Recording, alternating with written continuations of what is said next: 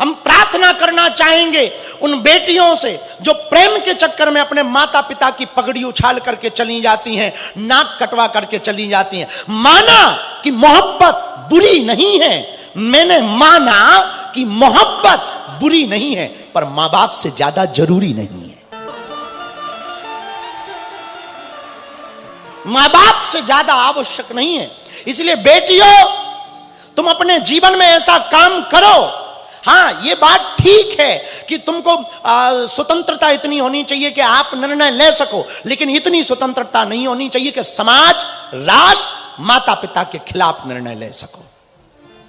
स्वतंत्रता होनी चाहिए, इसमें कोई संदेह नहीं, पर विचार करो उस मां पर क्या बीतती जिसकी बिटिया को लेकर के लोग ताने देते, उस पिता पर क्या बीतती, वो भाई ऊंचा सिर करके नहीं चल पाता, उन पर क्या बीतती। तुम कहते अरे हमारी लाइफ है, अरे हमको मां बाप ने दिया ही क्या, नक कटा, यदि वो जन्म ना देते तो तू कर ही क्या पाता।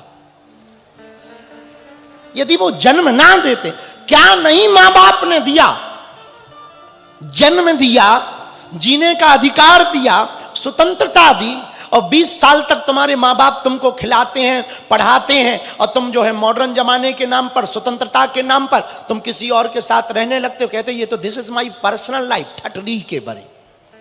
अब तेरी पर्सनल लाइफ हो गई।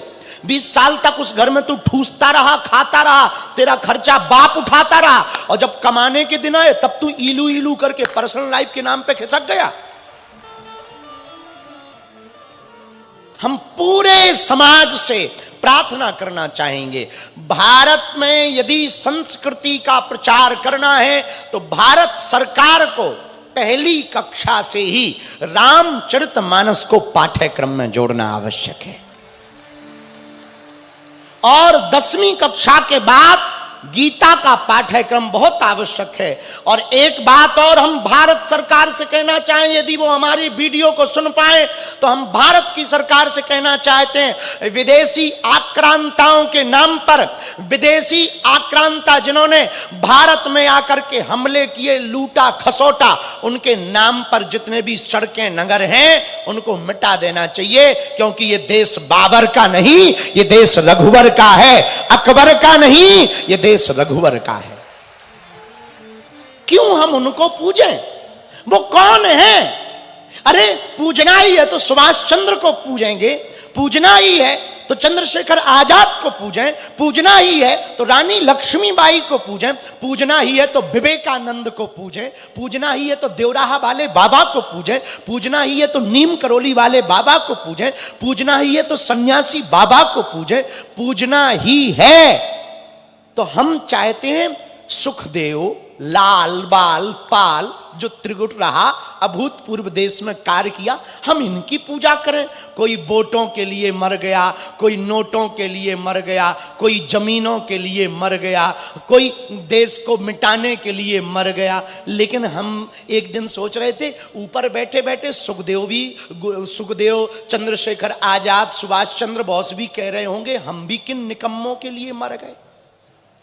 अरे तुम कभी जात पात के नाम पर लड़ रहे, कभी भेदभाव के नाम पर लड़ रहे, कभी तुम इसके नाम पर लड़ रहे। हम भैया चाहते, लोग हमसे पूछते आप देश में चाहते क्या? हम कथा तो सुनाने आए हैं, पर हमारी कथा से हम चाहते समाज सुधरे। समाज सुधरेगा तो देश सुधरेगा। और जितने युवान बच्चे बैठे हैं, आज आप कथा में प्रण लेकर जाओ, माता पिता की आज्ञा का उल्लंघन मत करना, माता पिता की आंखों में आंसू मत देना। पता है तुम्हें, तुम लाखों पूजा कर लो, मां बाप की आंखों में आंसू आ जाएंगे ना, तुम्हारी पूजा किसी काम की नहीं। हां, तुम हजारों सफलताएं पालो, पर तुम्हारी सफलता में तुम्हारा परिवार तुम्हारे साथ नहीं है ना, तो तुम्हारी सफलता भी किसी काम की नहीं है। इसलिए एक बात याद रखो, माता पिता का दिल ना दुखाना। एक बात और हम कहें, जितने भी युवान बच्चे बैठे हैं, सुनो, भगवान पर भरोसा आपको कभी टूटने नहीं देगा। आप अपने जीवन को परिवर्तित करना चाहते ना, भगवान का नाम लेके बदलो। भगवान का भरोसा पक्का होना, आदमी टूट नहीं सकता। भगवान संभाले रहता है। जब कोई साथ नहीं होता ना, तब केवल भगवान साथ होता है। सभी पढ़ने वाले बच्चों से एक सूत्र नोट कर लो, काम आएगा तुमको जिंदगी में। उगते हुए सूर्य का या दौड़ते हुए घोड़ों का चित्र लगाने से कभी सफलता नहीं मिलती है। सूर्योदय के पहले तुम्हें उठना पड़ेगा और घोड़ों की तरह तुमको दौड़ना पड़ेगा, तभी सफलता मिलेगी। सफलता का उपाय है मेहनत। अब वो करो। आज की मेहनत कल सुखद परिणाम लाएगी। आज का परिश्रम कल तुम्हारे जीवन को बदलेगी। यदि तुम अपने बच्चों को त्योहारों पर, उत्सव में बहुत आनंद देना चाहते ना, आने वाली पीढ़ी को बहुत आनंद देना चाहते ना, कल भी हमने कहा था, आज फिर हम दोहराते हैं पूरे शिवपुरी वालों से, आप अपने बच्चों को संपत्ति देकर मत मरना, अपने बच्चों को संस्कार देकर के मरना, ताकि तुम्हारे बच्चे जहां रहें वहां संस्कृति की खुशबू फैलाते रहें। उनको संस्कार दो। तिलक क्यों लगाना चाहिए, बड़ों को प्रणाम क्यों करना चाहिए, नमस्कार क्यों करना चाहिए, पृथ्वी को प्रणाम क्यों करना चाहिए, मंदिर क्यों जाना चाहिए, उन्हें समझाओ। मंदिर जाने से शांति मिलती है, उन्हें समझाओ। पढ़ने से फ्यूचर ठीक होता है, उन्हें समझाओ। परिश्रम से सफलता प्राप्त होती है, उन्हें समझाओ कि अपने से बड़ों का सम्मान करने से अभिमान नहीं आता है। और याद रखना, झुकते वही हैं जिसमें जान होती है, अकड़ तो एक मुर्दे की पहचान होती है। ताकि वो विनम्र हो सकें, ताकि वो सरल हो सकें। वरना कुछ बच्चे ऐसे हैं, थोड़ी उपलब्धि पा लेने के बाद भूल जाते हैं। इसलिए हमारी प्रार्थना है, जितने युवान हैं आज ही कथा पंडाल में प्रण लें कि हम जीवन भर नशा व्यसन में नहीं पड़ेंगे, हम जीवन भर माता पिता और गुरु की आज्ञा का उल्लंघन नहीं करेंगे। और खासकर युवान बेटा बेटियों से हम कहना चाहते हैं, तुम कहते कि ये मॉडर्न जमाना है, दोनों हाथ उठा के बोलो जय जय श्री। अच्छा, आज तो पहले से 2 दिन के मुकाबले सही टाइम पे है कथा, है ना?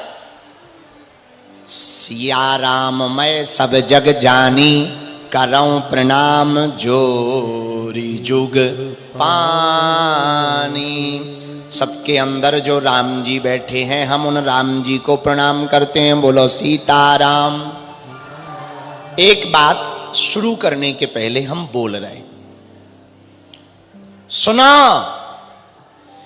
हिंदुओं को अपने अंदर महाराणा प्रताप, शिवाजी जैसा करंट पैदा करके रखना चाहिए। पूछो क्यों? पूछो, अरे हमसे पूछो तो। जिस डोरी में, तार में, जिन तारों में करंट नहीं होता, उन पे फिर कपड़े सुखाए जाते। बात समझ आई? यदि हिंदू एक नहीं होगा, हिंदू नहीं जगेगा, हिंदू के अंदर हिंदुत्व का खून नहीं उबाल मारेगा, तो वो दूसरे वाले देश को गजवाए हिंद बना देंगे।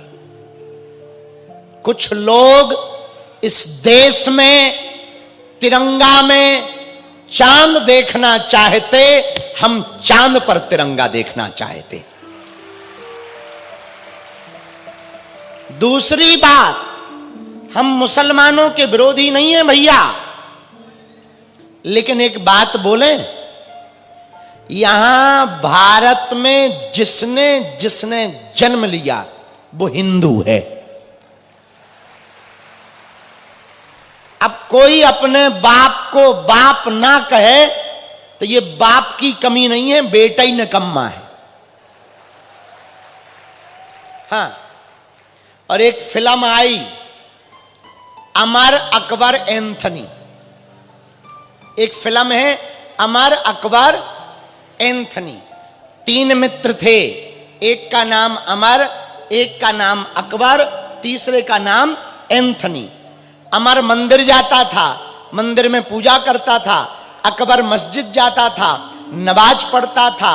एंथनी चर्च जाता था, प्रेयर करता था। तीनों ही मित्र थे, तीनों करीबी थे।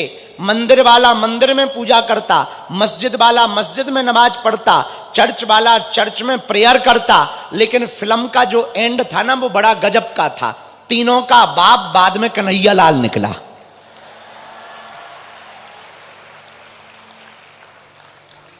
बात समझ आ गई? बात समझ आई? नहीं आई जी?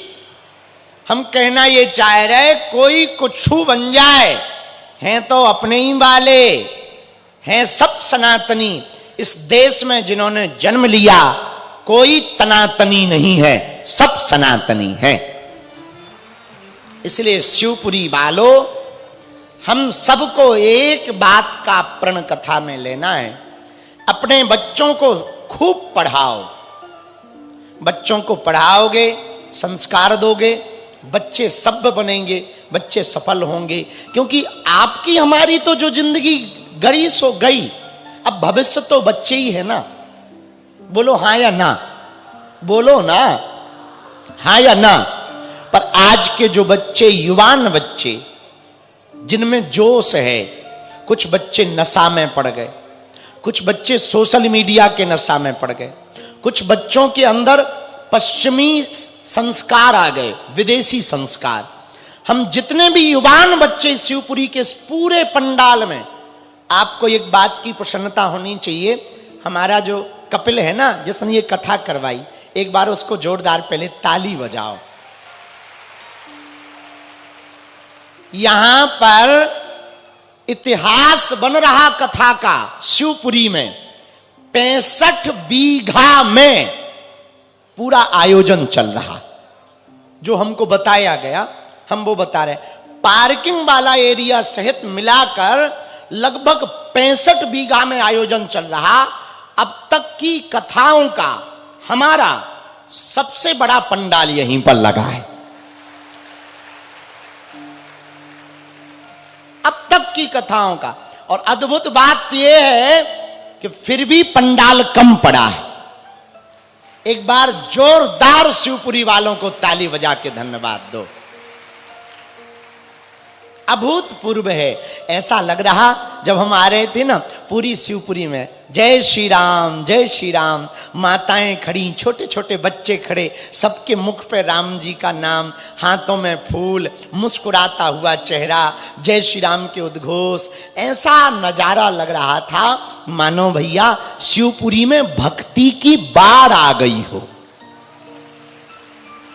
शिवपुरी में राम राज्य की बाढ़ आ गई हो। जिसे देखो कोई माथे पे तिलक लगाए, छोटे छोटे बच्चों को सिर पे रखे, बूढ़ी बूढ़ी माताएं हाथ जोड़े हुए सड़क के किनारे खड़े हैं। पूरे 6 किलोमीटर में जहां देखो छतों पर हैं, कोई ट्रालियों पे चढ़े हैं, कुछ मजदूर काम छोड़कर रास्ते पे खड़े। तो हमने पूछा आप काम छोड़ के क्यों आ गए? बोले गुरुजी काम तो हमें जिंदगी भर करना, आप तो 7 दिन के लिए ही आए हो। ऐसे भाव, इन भावों को देख, इन प्रेम को देख करके ना, हम कपिल अभी वही कह रहा था, हम भी वही, कि इतना प्रेम स्नेह देख करके ना हमें कई बार लगता क्या लुटा दें इनको, क्या दे दें, क्या ना दे दें, समझ नहीं आता। फिर अंत में हम यही हनुमान जी से कहते, बाबा, हे बाबा, जो जो जिस जिस भाव से बैठा ना वो पूरा कर देना।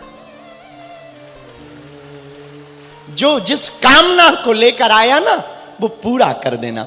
जो जैसी अर्जी लेकर आए ना, सन्यासी बाबा तुम्हारी शक्तियां तो अपार हैं, बागेश्वर बालाजी तुम्हारी शक्तियां तो अपार हैं, हम तुम्हें तो नहीं देख पा रहे पर आप हम सबको देख पा रहे। इस पंडाल में बाहर जो जो जहां खड़े, जिस